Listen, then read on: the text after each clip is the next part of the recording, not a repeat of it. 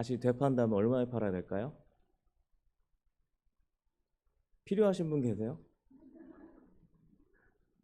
얼마에 팔아야 될까요? 한 50이라고 생각해 볼까요? 한 50만 원에 판다고 생각해 볼게요. 그런데 저는 그렇게 파는데 이게 어, 여러분이 다시 되판다면 얼마에 파실 거예요? 그냥 50에 파실 거예요. 여러분 거라면 어떻게 생각하세요? 제 게 아니고 여러분 거고 여러분이 다시 딴 사람에게 되판다면 네? 더 높게 하시겠죠? 내가 살 때는 좀 싸게 사고 싶고 팔 때는 좀 더 붙여서 팔고 싶고 어, 이렇게 상황에 대해서 자기에게 유리하게 평가하는 사고방식이 있어요. 근데 이거는 누구나 그렇다고 합니다. 이 사고방식은 생존 본능, 내가 살아야겠다. 그리고 보호 본능, 내가 이거를 통해서 돈이 좀 더 있어야지, 남들보다 더 있어야지 내가 보호받을 수 있다. 그런 본능을 가지고 있어서 그런 사고 방식을 한다고 해요.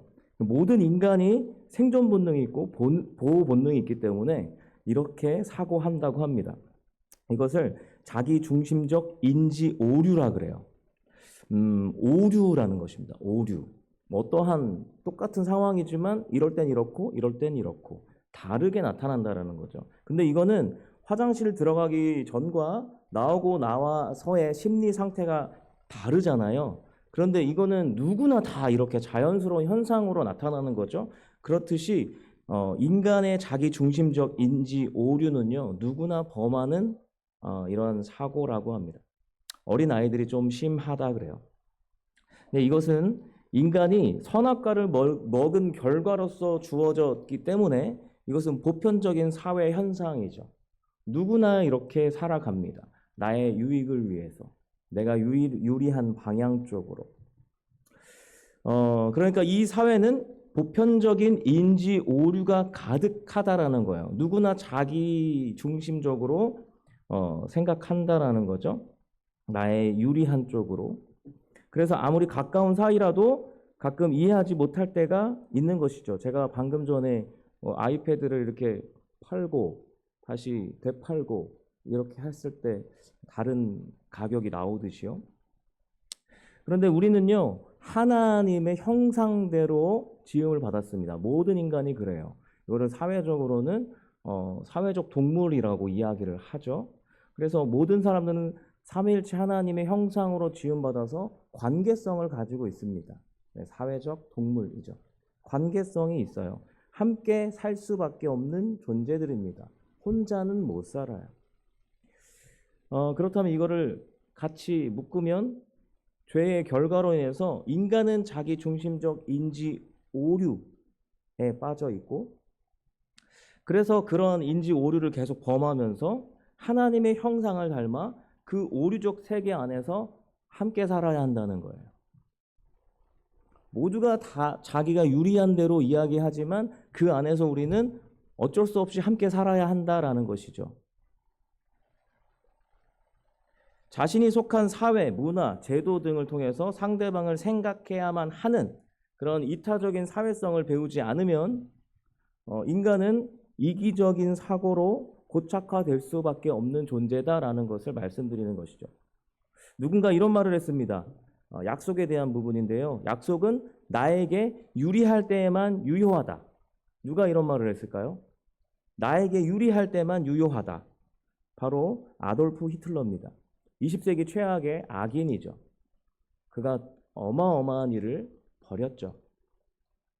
서로에 대한 이해와 배려가 기본이 되어야 할 약속마저도 자신에게 유리할 때까지만 유효하다라고 하는 그의 자기 중심적 오류, 그것이 고착화되었더니 그를 독재의 자리에까지 가게 했다라는 것이죠. 오늘 우리가 본 시편 18편에 제목이 있습니다. 18편 위쪽에 보시면 제목이 쭉 파란 글씨로 나와 있죠. 제가 읽어드릴게요. 여호와께서 다윗을 그의 모든 원수들의 손에서와 사울의 손에서 건져주신 날에 다윗이 이 노래의 말로 여호와께 아뢰어 이르되입니다. 이것이 제목이에요. 그런데 여호와께서 다윗을 모든 원수의 손에서 그리고 사울의 손에서 건져주신 날에 다윗이 이 노랫말로 여호와께 찬양했다라는 이야기예요.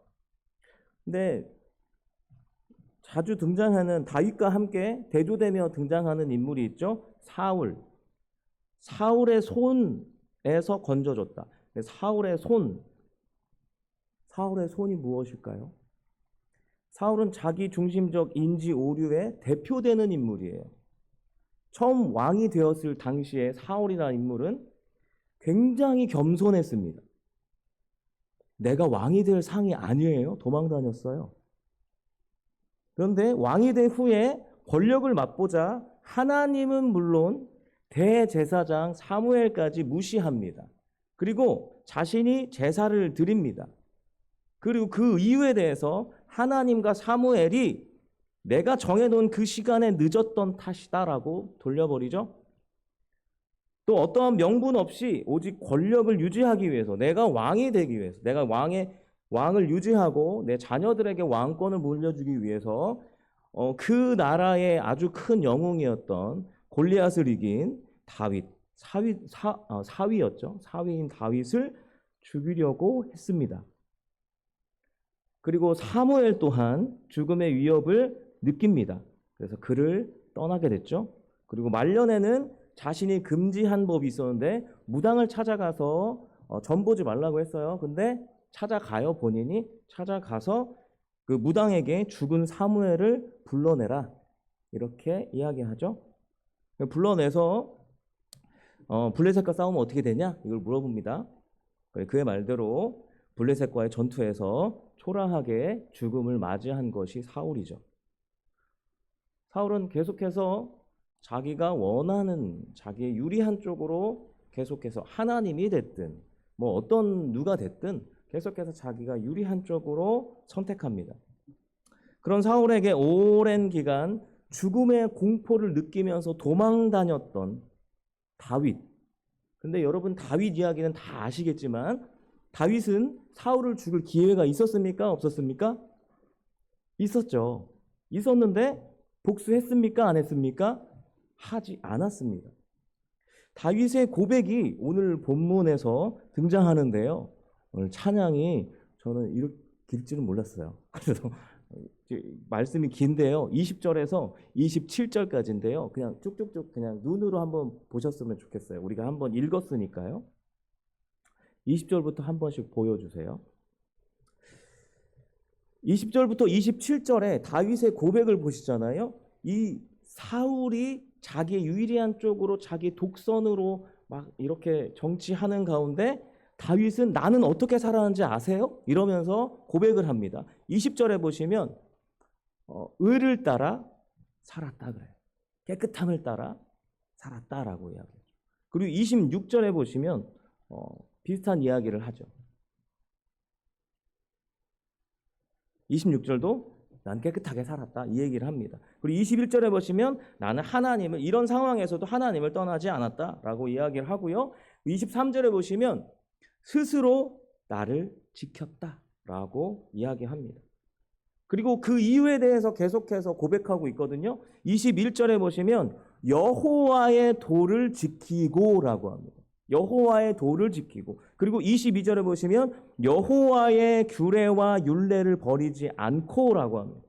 그리고 25절에 보시면 자비와 완전하신 에 대해서 이야기하고 27절에는 구원에 대해서 이야기합니다. 그러니까 그 이유가 뭐예요? 다윗이 사울의 독선에도 나는 의로 깨끗하게 살고 하나님을 떠나지 않고 스스로 나를 지킨 이유가 무엇이냐면 나는 여호와의 도를 지키고 여호와의 규례와 율례를 버리지 않고 하나님의 자비와 완전하신 그 뜻 안에 그 구원 안에 나는 살고 있기 때문입니다. 라고 고백하는 거예요. 그러니까 좀 쉽게 이야기하면 하나님의 통치 안에 나는 있기 때문에 내가 그냥 이렇게 살아갑니다. 나는 복수하지 않았습니다. 다윗이 사울의 독선에도 불구하고 의로서 깨끗하게 스스로를 지킨 모든 행동의 근거는 바로 하나님의 통치에 있다라는 것이죠. 하나님의 통치에 있다. 나는 지금 하나님의 통치 안에서 살고 있다라는 거예요.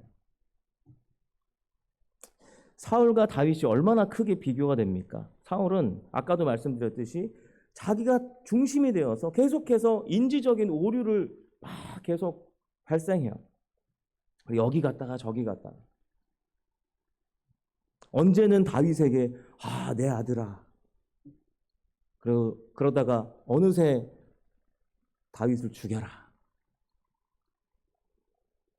그런데 다윗은 사울에게 대항하지 않았고 주변 사람들을 대할 때도 인격적으로 대합니다. 자기 한마디에서 전쟁 중에 내가 목이 말라. 내가 목이 말라. 고향에 있는 그 우물물에 그 물을 마시고 싶어. 이렇게 그냥 자기 혼잣말을 했는데 바로 다윗의 측근이 바로 가버리죠. 용사 셋이 가서 적진을 뚫고 베들레헴의 성문 곁에 있는 우물에서 물을 떠옵니다. 그 세 용사들을 다윗은 그들이 감사해요. 그런데 그들의 목숨을 걸고 가지고 온 그 물이었기 때문에 다윗은 즐거워하지 않습니다. 기뻐하지 않았다 그래요. 그러면서 하나님께 그 물을 드립니다. 제가 아까 말씀드렸죠? 인간은 어떤 생각을 가지고 살아갑니까? 나의 유리한 쪽으로 살아갑니다. 나의 유리한 쪽으로 생각해요. 기본적으로 가진 그 생각들인데 이 다윗처럼 살아가는 것이 쉬울까요? 쉽지 않다는 거예요. 자기를 위해 기꺼이 목숨 건 용사가 내가 지금 왕으로 있는데 용사가 셋이나 있어요. 목숨을 바치는 얼마나 큰 자랑거리입니까? 그런데 그걸 자랑거리로 여기지 않고 그들의 목숨을 생각하면서 마음을 아파했어요. 또 사울에게 도망 다녔을 때는 어땠을까요? 사울에게 대항하지 않았어요. 이거는 목숨이 달린 일입니다. 이것이 쉽지 않았을 겁니다. 그런데 그렇게 합니다. 그 이유는 하나님의 통치 안에 하나님의 도를 지키고 규례와 율례를 버리지 않고 자비와 완전하신 하나님의 구원의 통치 안에 있었기 때문이라고 그는 고백합니다. 여러분은 하나님의 통치 안에서 살고 계십니까?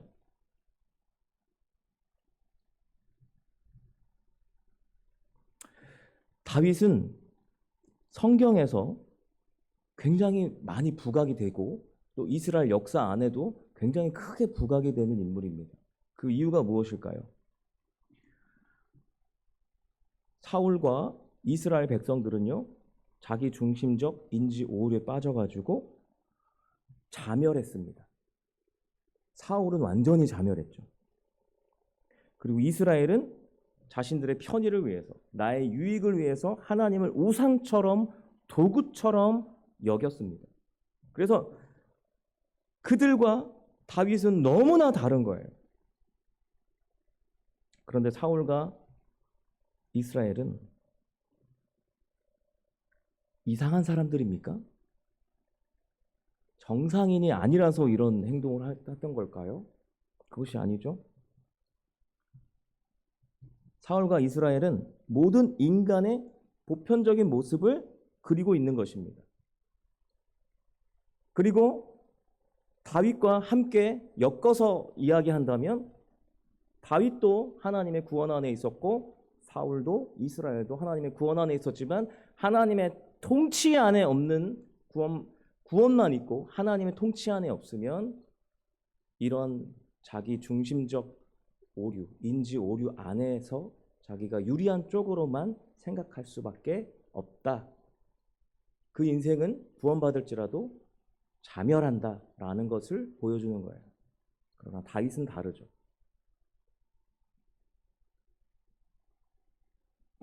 사울과 이스라엘은 모든 인간의 보편적인 모습을 그리고 있습니다. 하나님을 알고 섬긴다고 하지만 대부분의 사람들은 자기 자신을 뛰어넘지 못하고 그 인지적 오류에 빠져 있어요. 그럴 때 하나님은 어떻게 되냐면 내가 부를 때 오고 가는 우상처럼 인격 없이 오직 내 인격에 기생하는 존재로 전락시키는 꼴이 되는 것이죠. 그래서 하나님이 아주 크신 하나님, 이 세상 모든 것을 담고 우리를 창조하시고 지금도 운행하시는 그 하나님이 아니라 아주 작은, 지금 내 복 하나 들어주지 않는, 지금 내 소원 하나 들어주지 않는 밴댕이 같은 그런 하나님으로 거의 없는 존재처럼 여기게 된다라는 거죠. 그러면 필요에 의한 종교적 행위만 남을 수밖에 없습니다. 그렇게 관계성이 아니라 필요성에 의한 존재는 그 관계는 언제나 수동적입니다. 내가 잘하면 복 주고 못하면 벌 받고 내가 오라면 오고 가라면 가는 그런 신, 그것이 우상입니다. 그래서 오늘 본문은 다윗이 어떠한 길을 갔는지 그것에 대한 제시점을 찾아보는 것이죠. 다윗은 29절과 30절에 내가 하나님의 통치 안에 있는 이유에 대해서 이렇게 설명하고 있습니다.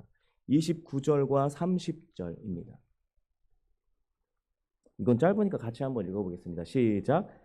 내가 주를 의뢰하고 적군을 향해 달리며 내 하나님을 의지하고 밤을 뛰어넘나이다. 하나님의 도는 완전하고 여호와의 말씀은 순수하니 그는 자기에게 피하는 모든 자의 방패시로다. 아멘. 다윗은 하나님의 길을, 완벽한 하나님의 길을 이야기합니다. 그리고 하나님 말씀에 대해서 한 점 흠이 없는 그 하나님의 순전한 그 말씀, 순수한 말씀에 대해서 그 말씀이 내 앞에 놓여진 어떠한 적군이 있을지라도 어떠한 성벽이 있을지라도 뛰어넘을 수 있다라는 거예요. 그 담을 뛰어넘는다라는 거죠. 여러분, 이 세상에 우리가 뛰어넘지 못할 담이 있을까요? 인간이 뛰어넘지 못할 담이 있습니까? 딱 하나 있습니다. 자기 자신입니다. 자기 자신의 벽은 자기 스스로 뛰어넘지 못합니다. 그것이 바로 모든 인간은 죄를 범하였음에 구원에 이르지 못한다는 것입니다. 나라는 그 높은 벽, 세상 그 어떤 벽보다 이 죄인이라는 이 벽, 그 높은 벽, 그 벽을 뛰어넘으려면 하나님의 완벽한 그 길이 무엇인지 말씀을 통해서 우리는 알 수 있는 것인데 그 말씀은 순수하다라고 합니다. 그 순수한 하나님의 인격성이 보이십니까? 온전하신 하나님이 그분의 백성들과 온전하게 소통하시기 위해서 그 어떤 것, 우리가 눈으로 가시적으로 보고 싶어 하는 어떠한 신비로운 영광스러운 어떠한 것이 아니라 하나님의 말씀을 주셨습니다. 세상의 통치나 권력처럼 군림하거나 어떠한 법으로 누르는 것이 아니라 하나님께서는 이 말씀을 통하여서 대화하십니다. 소통하시고 설득하십니다. 하나님이 답답하십니까? 성경을 알아야 합니다. 성경으로 대화해야 합니다. 소통하셔야 됩니다. 성경을 통해서 하나님이 나에게 무엇을 말씀하시는지를 알아야 합니다. 그래서 노력해야 합니다. 구원은 하나님이 우리에게 예수 그리스도의 십자가의 능력으로 우리에게 부어주셨지만 그 이후의 삶에서 우리가 하나님을 알아가는 것, 이것을 한꺼번에 데이터로 주시지 않으셨어요. 그래서 우리가 해야 할 것은 이 구원이 얼마나 가치 있는 것이고 이 구원이 얼마나 어마어마한 것인지 우리가 경험을 통해서 그리고 말씀을 통해서 알 수 있는 것입니다. 그렇게 찾아가 봐야 하는 것이죠.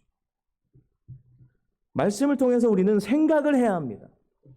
그냥 무턱대고 순종하겠습니다 라고 해서 순종할 수 있는 이야기들이 아닙니다. 내 생각과 다른 말씀 정말 너무나 많습니다. 그 말씀이 왜 나에게 주어졌는지, 이 말씀은 무엇을 의미하는지 우리는 그것을 파고들어야 하는 것이죠. 그렇게 하나님이 우리와 소통하신답니다. 설득하신답니다. 이 과정이 없이 나는 그냥 다 믿어 라고 할 수는 있지만, 그래서 성경을 읽을 때 난 다 믿어 라는 그 가정하에 성경을 읽게 되면 어떻게 되냐면 글씨만 읽어도 됩니다. 그런데 그것이 아니라, 그럼 믿음의 반대말은,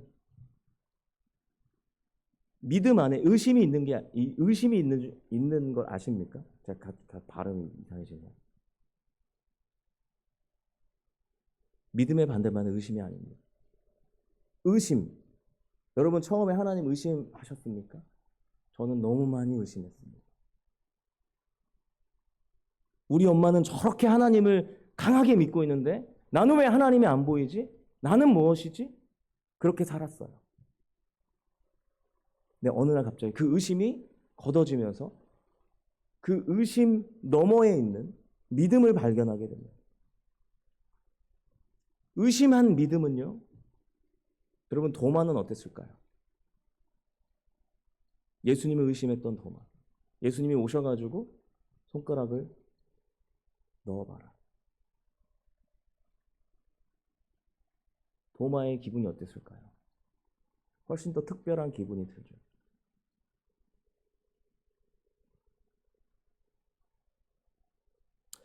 제가 우리 아이들에게 가끔 하는 말이 있습니다.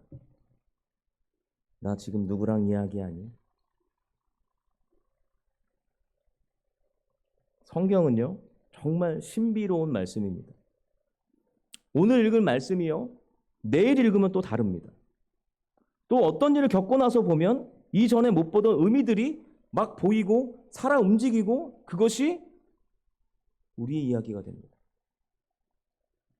말씀이 얼마나 재미있는지. 말씀의 재미는 어디서 찾아야 될까요?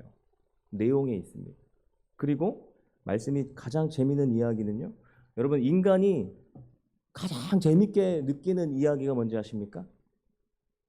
내 얘기입니다. 내 얘기. 내 얘기할 때가 가장 좋습니다. 성경은요, 다른 사람 이야기 아닙니다.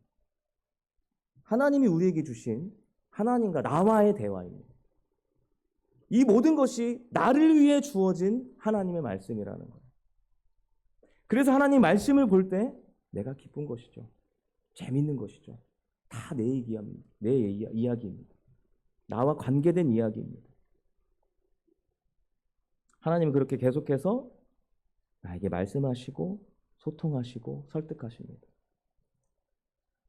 제가 가장 좋아하는 말씀은 태초에 하나님이 천지를 창조하시니라입니다. 외우기 너무 쉬워서 좋아하는 것도 있고요.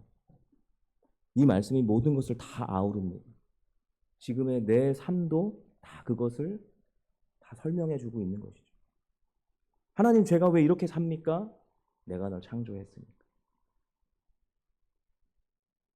하나님, 저 이렇게 살아도 괜찮습니까? 괜찮다. 내가 널 창조했으니까. 하나님 책임지신다라는 거예요.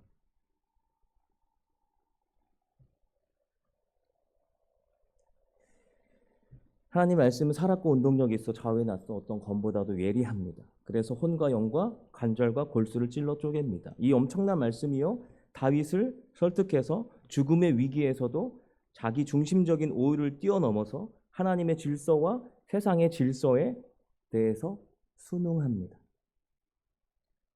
사울이 무서워서 복수하지 않은 것 아니죠? 다윗이 힘이 없어서 계속 그렇게 도망다니는 거 아니죠? 처음엔 그랬지만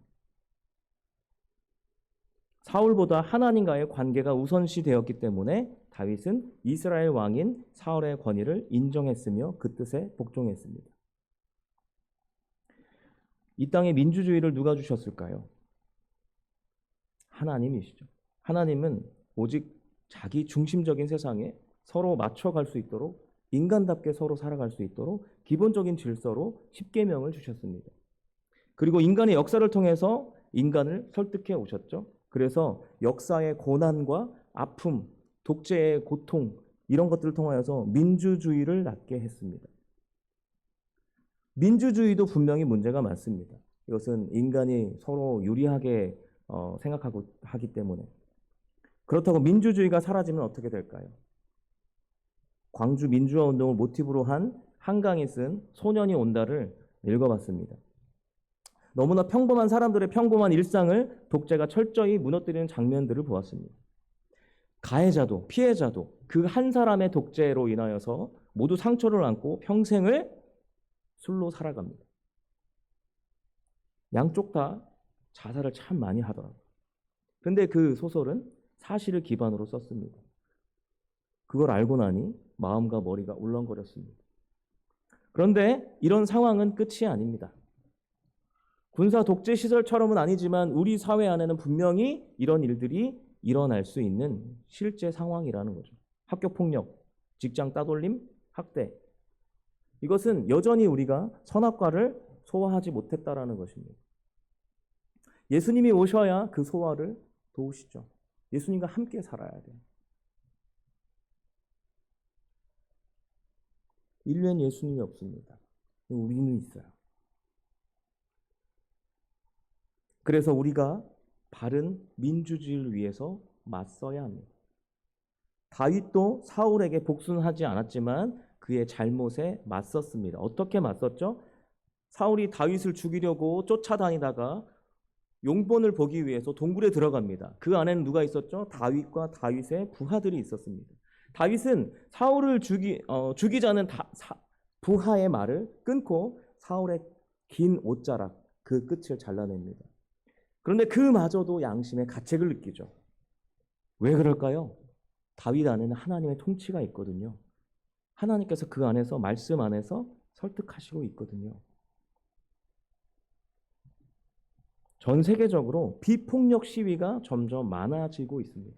미국 덴버대 에리카 체노워 교수는 제가 영어가 항상 약해서 죄송합니다. 비폭력 시위가 폭력 저항보다 더 강력하다는 논문을 발표했습니다. 그가 이야기하는 이론적으로 국민이 3.5%가 지속적으로 비폭력적인 방식으로 저항하면 정권까지 무너진다라고 합니다. 그런데 이것은 이론이기 때문에 현실과는 다를 수 있습니다. 하지만 그는 그동안 있었던 비폭력으로 인하여서 많은 일들이 변화되고 하는 그런 사례들을 계속해서 넣어놨기 때문에 설득력은 있는 것이죠. 이번 차별금지법 집회도 그런 비폭력 저항입니다. 우리는 하나님 만드신 세상 권력을 인정하는 동시에 하나님의 통치가 그 위에 있기에 하나님이 원하시는 방향으로 우리는 지혜롭게 나아가야 합니다. 앞으로 더한 일들도 일어날 것입니다. 그래서 우린 하나님의 통치 안에서 함께 만들어가고 함께 지어져가는 일에 대해서 어떻게 해가야 하는지를 배워나가야 합니다. 여러분, 교회는 민주주의입니까? 아닙니까? 어떤 분들은 교회는 민주주의가 아니라 하나님 절대 중심주의이기 때문에 민주주의가 아니라 독재다라고 이야기합니다.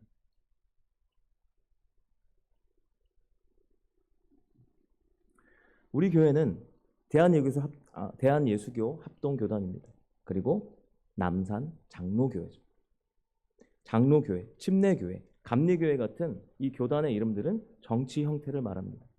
우리가 속한 장로교회는 교회의 대표로 선출되신 장로님들께서 교회를 대변해서 당회로서 당회장님이신 담임 목사님을 중심으로 여러 사안들을 함께 결정하고 교인들과 함께 책임집니다.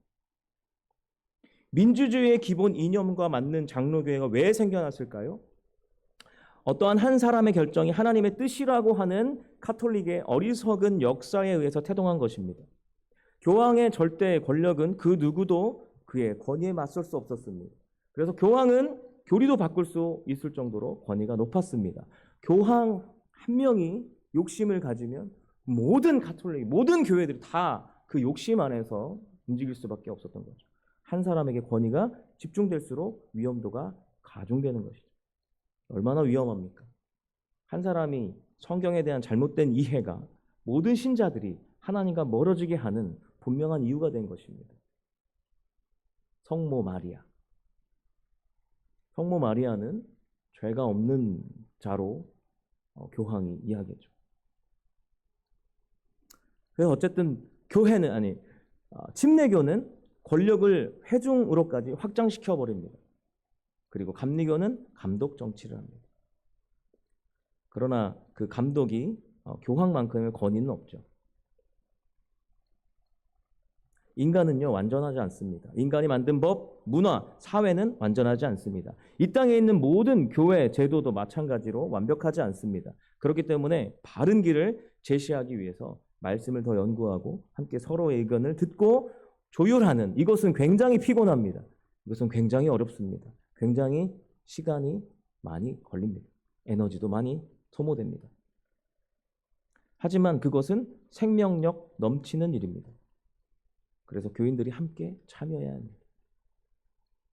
모든 교회들, 장로, 침례, 감리교 등등 이단이 아닌 이상 이것이 많이 교단들이 나뉘어진 이유가 무엇일까요? 아무리 뛰어난 교단일지언정 가장 높은 것이 아니라 모두가 완전을 향해서 가지만 완전하지 않기 때문에 우리 모두가 서로 상호 보완적인 관계에 있기 때문에 교단이 나눠진 것이죠. 저는 우리 교회가 건강해지기를 원합니다. 지금도 건강합니다. 더 건강해야 됩니다. 더 생명력 있어야 합니다.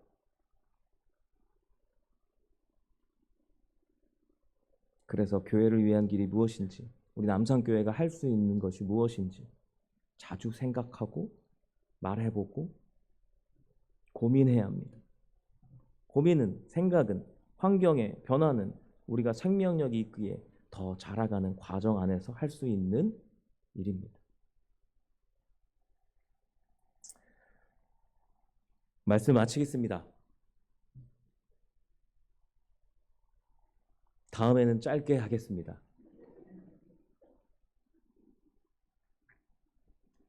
아리스토텔레스는 친구란 어딘가 공통점이 있어야 된다라고 이야기합니다. 그래서 인간이 신과 친구가 되는 건 불가능한 일이다라고 합니다. 그런데 하나님은 사람이 되셨습니다. 우리 가운데 하나와 같이 되셔서 가까이 다가오셨으며 우리 역시 그분께 다가갈 수 있게 되었습니다. 인류와 가까워지기 위해서 주님이 그처럼 스스로 낮아지셨습니다. 누가 예수님의 친구일까요? 예수님처럼 교만하지 않고 겸손한 사람입니다. 우리 주님은 우리 안에서 우리가 주님과 같이 겸손해져서 말씀으로 겸손해져 갈 수 있도록 말씀으로 설득하시고 우리 안에 주님이 실체화되도록 다른 이들을 섬기는 자리에 세우실 것입니다. 그때마다 다른 이들의 말에 경청하는 것과 다른 이의 의견대로 따르는 일에 가장 큰 걸림돌은 바로 나 자신이란 사실을 발견하기를 소망합니다. 나의 친구가 되신 우리 주님은 내 옆에 있는 성도님과도 친구이시고 내 옆에 계신 성도님 안에도 계십니다.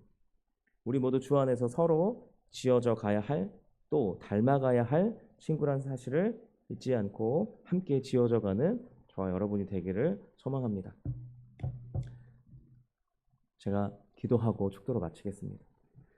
사랑해 주님 감사합니다. 하나님,